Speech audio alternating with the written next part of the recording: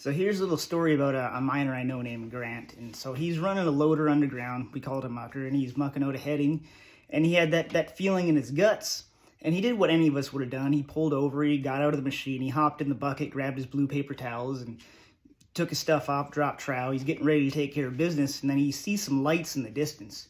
So he throws everything back on, gets his diggers up, gets his mine belt on.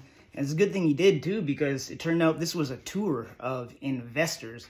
And they're down there, they want to have a good time and just pretend like they're learning something. And they see him outside of his machine. They say, "Oh, what are you doing?" He just plays it off.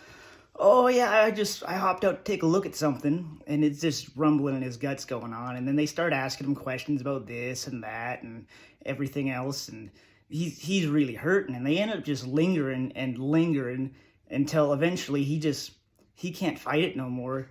And, well, he shit his pants right there in front of 16 people. Yeah, 33-year-old man, and that's what he did with his life today. So if your day was bad, just think of that story, and your day probably wasn't that bad.